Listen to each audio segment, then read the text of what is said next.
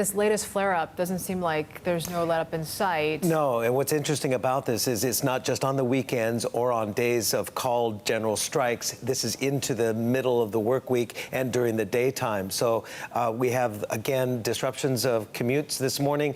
We have another barricade, we understand, being put up at the entrance of the Chinese University of Hong Kong, which is deep into Kowloon, but is also, of course, the last couple of days the spread down here to Central, where tear gas was fired for a second consecutive day here.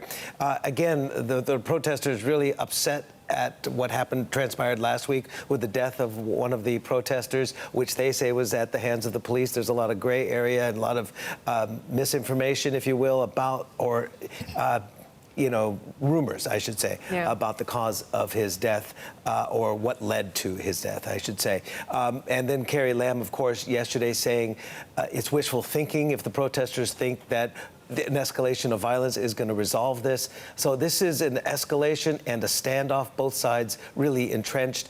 We even saw the torching and trashing late last night, a Festival Walk shopping mall at Kowloon Tong. It's a massive shopping mall. I don't know if Christmas tree got burned. Yeah. Well, I was just there on Saturday with my daughter, and we saw the Christmas tree. It is several stories high. This is not your normal Christmas tree. I'm sure it's a fake one. It's not from the redwood forest, but it is several stories high, and not surprising, the Singapore-listed owner of that mall, Maple Tree North Asia, listed in Singapore, seeing its worst stock performance today, down about 4%, worst performance in about nearly a year. Steve, a couple of things I want to ask you here.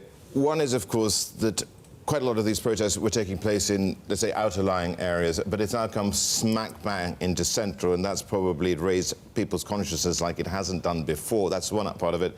What does it mean in Beijing? What does it mean for the hardliners there in particular?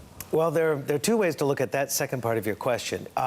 Some protesters that I've spoken to say this is what they want, because then this would justify, if Beijing cracks down harder, if they invoke national security provisions, if the Hong Kong government asks for intervention of some sort, and Beijing takes a hard line, if the hawks in Beijing do get the loudest voice in Beijing, some of the protesters say that will basically justify what they are trying to call for. That would spark what they hope is international condemnation. On the other hand, those here in Hong Kong who want a more civil society are saying this is not good, because basically Beijing could force the cancellation of district council elections on November 24th, which could be leaning towards more pro-democracy candidates. Beijing already over the weekend and late last week signaling that only those loyal to Beijing will be able to take top posts within the Hong Kong government, including, of course, chief executive. So this is a very tenuous time, obviously, for Hong Kong's future. The protesters say this is the only way that they're going to get their demands met. Hong Kong government and Beijing are basically saying, no, this is wishful thinking.